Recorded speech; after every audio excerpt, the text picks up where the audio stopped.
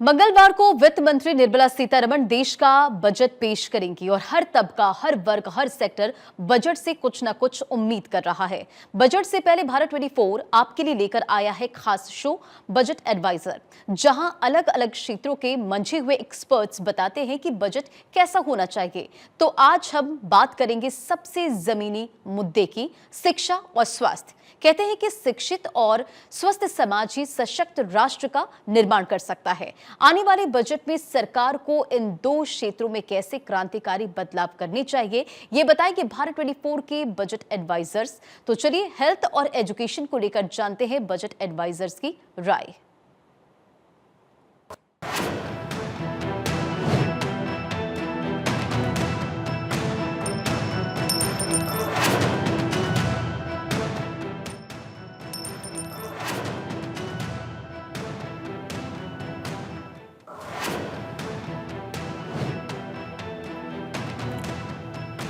Budget को लेकर देश में चर्चा चल रही है और ख़ासतौर से शिक्षा को लेकर लोगों की बहुत उम्मीदें हैं सरकार से।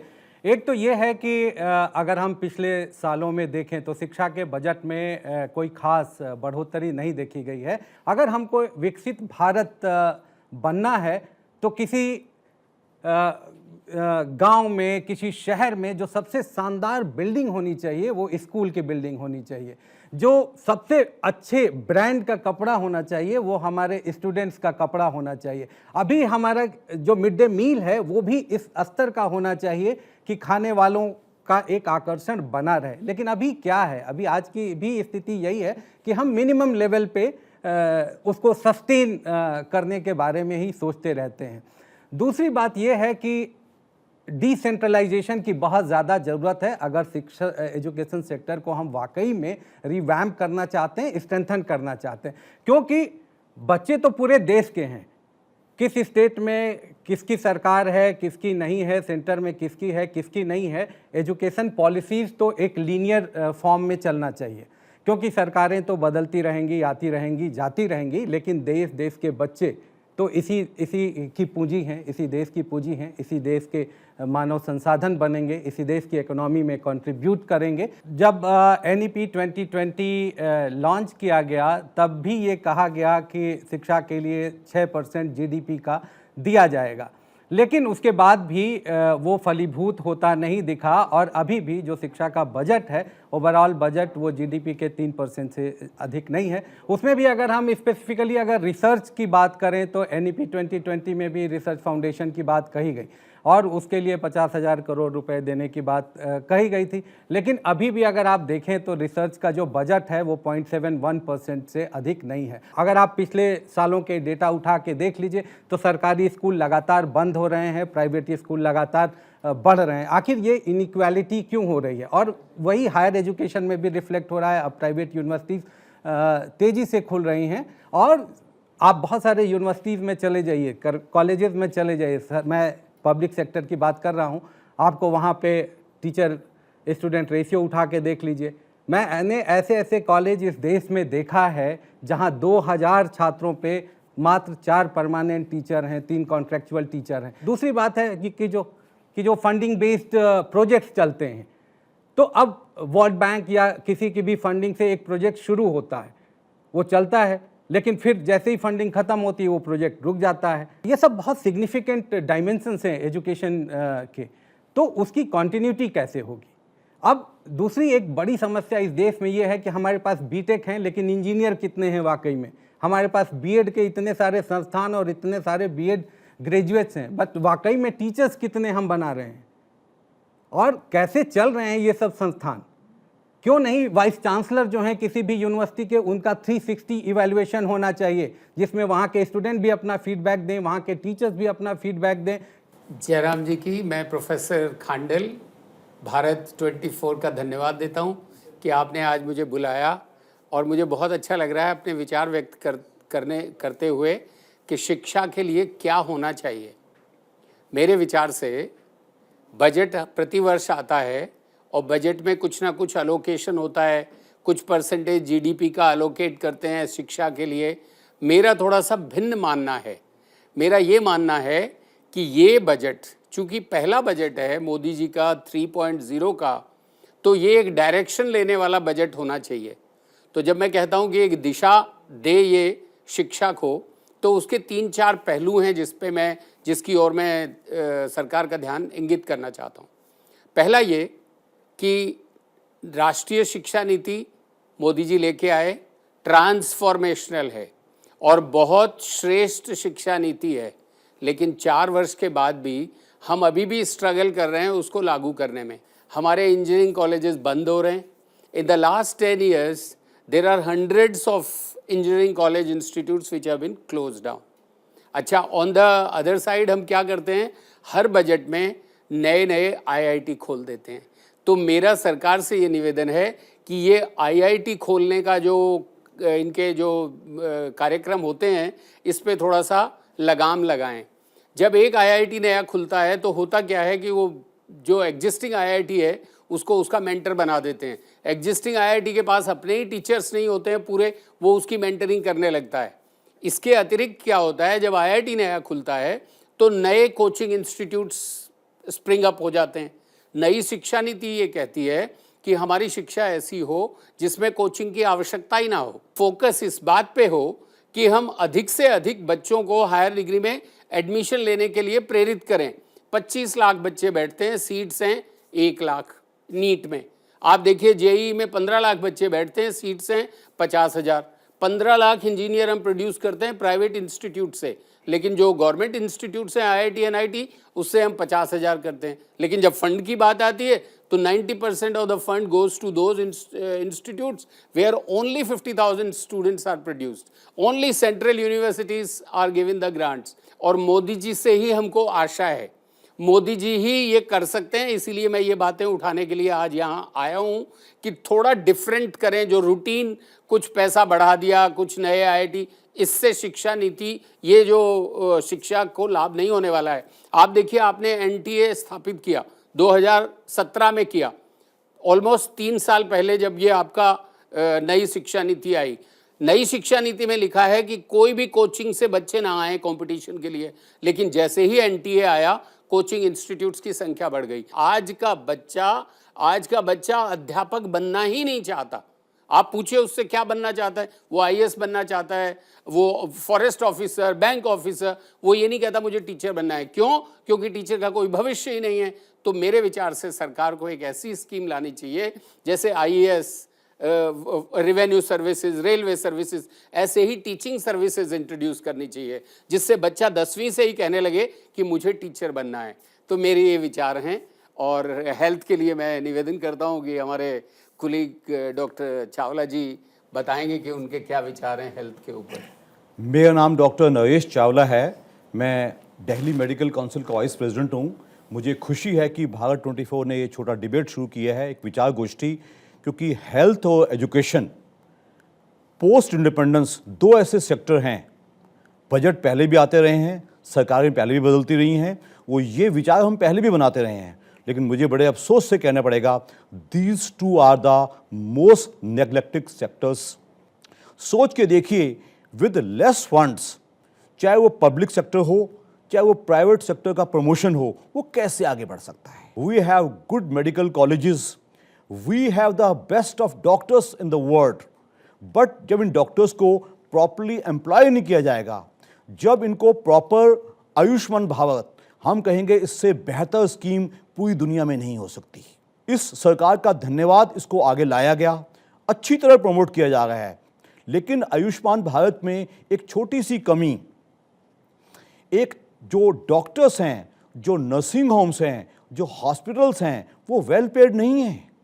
एक जो सर्जरी है, जो अच्छी सर्जरी एक फिक्स अमाउंट में हो सकती है, उसका अगर 1/3 रेट डॉक्टर को या हॉस्पिटल को या नर्सिंग को दिया जाएगा, वो करेगा तो जरूर, लेकिन कहीं ना कहीं क्वालिटी सफ़र होगी।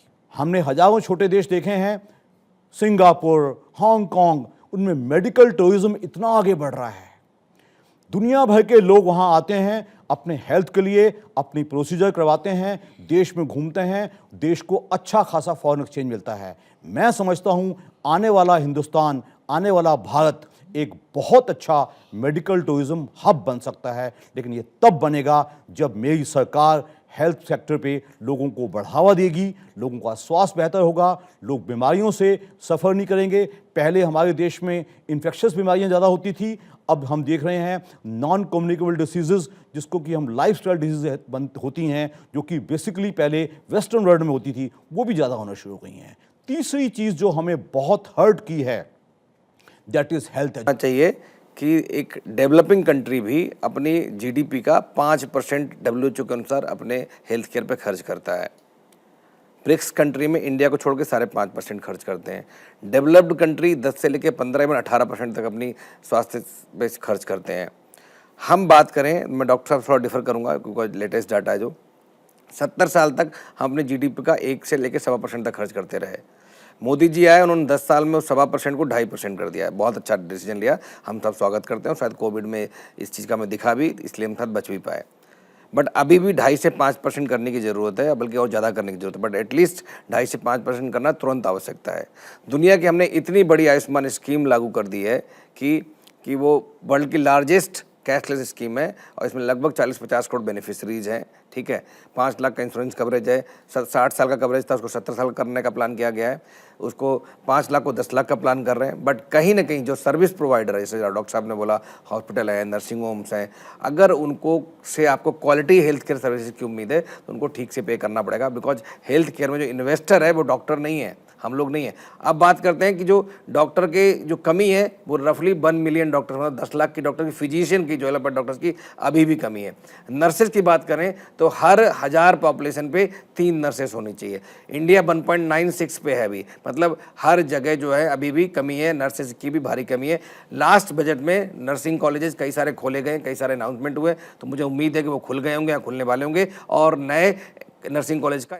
अब बात करते हैं तीसरी बेड्स की, जिसको बिकॉज कोविड में भारी संख्या में कमी हुई थी हमारे बेड्स की, खास करके आईसीयू बेड्स की। आईसीयू बेड तो अभी भी बहुत संख्या में कम है, बट नॉर्मल बेड की बात करें तो हर 1000 की पॉपुलेशन पे 3 बेड चाहिए होते हैं, जो अभी हम 1 के आसपास, मतलब हर 1000 पॉपुलेशन पे 2 बेड और चाहिए। मतलब ओवरऑल पूरे भारतवर्ष की बात करते हैं तो हमें 2.4 मिलियन, मतलब लगभग 25 लाख बेड और चाहिए। तो कहीं ना कहीं ये भारी भरकम कमी दिख रही है। और जो डाटा आपको अच्छा भी दिख रहा है ना, एक्चुअली कमी सही नहीं है। अगर सही से परसीव करोगे, ये जितना हमने डाटा बताया, जितने डॉक्टर हैं, जितनी नर्सेस हैं, जितने बेड्स हैं, जितने हॉस्पिटल हैं, ये सारे कन्फाइंड हैं। 70% जो है वो सिर्फ टियर 1 बड़े शहरों में कन्फाइंड है और पॉपुलेशन वहाँ 30% रहती है। मतलब यहाँ का रेशो तो बहुत अच्छा है, जो बड़े शहर हैं, दिल्ली है, मुंबई है, चेन्नई है, हैदराबाद है, लखनऊ है। बट जैसे ही आप टियर 2, टियर 3 में जाते हैं, टियर 4 में जाते हैं, जहाँ पे 70% आबादी रहती है, वहाँ पे जो हमारा हेल्थ केयर का ढांचा जो इंफ्रास्ट्रक्चर है वो लगभग 30% है। मतलब 70% लोग वहाँ रहते हैं और 70% जो सुविधाएं हैं वो शहरों में है।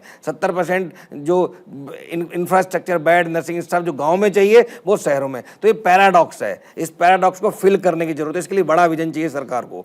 एक बेड को बनाने में, अगर 100 बेड का अस्पताल बना रहे हैं तो 70 करोड़ से लेकर 100 करोड़ तक लगते हैं। मतलब एक बेड को बनाने में, पूरा डेवलप करने में 70 लाख से लेकर 1 करोड़ पर बेड लगता है। Very good. अब आपने शिक्षा की बात की तो मूल बात यही है कि जब तक लक्ष्मी और सरस्वती, ये दोनों का सामंजस्य ठीक नहीं होगा, हम एक बढ़िया एजुकेशन मॉडल हिंदुस्तान में नहीं दे पाएंगे। अभी क्या है, हमारे पास जो मॉडल्स उभरते हैं वो बिट्स एंड पीसेज में उभरते हैं। इतने तरह के स्कूल हैं, सेंट्रल स्कूल हैं, नवोदय स्कूल हैं, एमसीडी के स्कूल हैं, एनडीएमसी के स्कूल हैं, नवयुग स्कूल हैं। आप किसी स्टेट में चले जाइएगा तो स्टेट के 3-4 तरह के स्कूल हैं, सीएम एक्सीलेंस स्कूल हैं। तो इतने तरह के स्कूल हैं, लेकिन कमिटमेंट कहाँ है सरकार का? क्या जो इलेक्टेड रिप्रेजेंटेटिव्स हैं, जो ऑफिशियल्स हैं, वो गवर्नमेंट स्कूल में अपने बच्चों को पढ़ा रहे हैं? हमारे देश को अगर सच में विकसित भारत बनाना है 2047 में, तो 2 एरिया हैं जहां पे सरकार को अपना फोकस डबल, ट्रिपल, 4 टाइम्स करना पड़ेगा। वो शिक्षा है और स्वास्थ्य है। अगर भारत में हम लोग, बच्चे जो हमारे, जो युवा आ रहा है, वो शिक्षित होगा और वो इंटेलिजेंट होगा, फोकस करेगा अपने काम पे, तो देश विकसित देश बन जाएगा। और उनका हेल्दी होंगे तो वो और ज्यादा एफर्ट्स करेंगे, और ज्यादा कमिटमेंट होगा, अदरवाइज नहीं होगा। और तीसरा एम्प्लॉयमेंट, कि हमें सरकार को एम्प्लॉयमेंट क्रिएट करना चाहिए। तो अगर शिक्षा स्वास्थ्य अच्छा कर देंगे तो देश को हम प्रगतिशील बना सकते हैं और उसको जो हम चाहें वो अचीव कर सकते हैं। मुझसे पूछा जाए, हेल्थ से पहले भी टीचर का ईमानदार होना, टीचर का कॉमर्शलाइज ना होना मेरे हिसाब से सबसे बड़ा एरिया है। हमने देखा है स्कूल हैं, टीचर कितना सीरियस है कितना सीरियसली बच्चे को टीचिंग इम्पार्ट करता है, ये बहुत जरूरी है। सर वो केवल एजुकेशन में नहीं, वो डॉक्टर के ऊपर भी लागू होता है कि ट्रस्ट वो सब पे लागू है, लेकिन एक बात सुनिए ना, नहीं, जब बच्चा पैदा होता है तो सबसे पहले अस्पताल नहीं जाता, पहले वो स्कूल जाता है। प्राइमरी शिक्षा होती है, अगर हम प्राइमरी शिक्षा स्ट्रॉन्ग करेंगे, उसमें प्रिवेंशन पे, प्रोटेक्शन पे, टीचर भी आ जाएगा, सबकी बातें करेंगे, अंदर की बातें ज्यादा अच्छा रहेगा। डॉक्टर डीके गुप्ता, इसमें कोई शक नहीं है। हम चाहते हैं जो बजट का ऑलमोस्ट 80% प्राइमरी हेल्थ केयर में खर्च होना चाहिए, वेयर्स ऐसा एम्फेसिस बिल्कुल भी नहीं है। नहीं सर, एनएसएस 5th राउंड का जो कंज्यूमर डेटा अगर आप देखिए तो न्यूट्रिशन का स्टेज है। लोग अब शहर में आ गए लेकिन केवल 2 टाइम का खाना खा रहे हैं, तो अब न्यूट्रिशन वैल्यू तो लगातार घट रही है और मालन्यूट्रिशन के केसेस भी बढ़ रहे हैं। न्यूट्रिशन, ये सब रिलेबली चीजें हैं। मैंने कई देशों के मॉडल्स देखे हैं, इतने असफल नहीं हैं। सरकारें अगर सिंसियर हों, प्रॉपर सपोर्ट दें, वो प्रॉपर इसको कैरी ऑन किया जाए, तो मैं समझता हूँ इतना बड़ा देश है। हमने सरकार तो है ही है, सरकार पॉलिटिकल बिल तो किसी भी प्रोग्राम को इम्प्लीमेंट करने के लिए चाहिए, उनका विजन चाहिए, बड़ा चाहिए। बट डेफिनेटली एक चीज और है, मैं एक बात बोल दूं जी, देखिए हमारा जो चर्चा हुई, जो इम्पोर्टेंट जो बातें आप लोगों ने बोली, उसको मैं समराइज कर दूं। सबसे बड़ी बात राय सर ने बोली कि हमको ये देखना होगा कि वाइस चांसलर्स का 360 डिग्री इवैल्यूएशन। आज हम बोलते हैं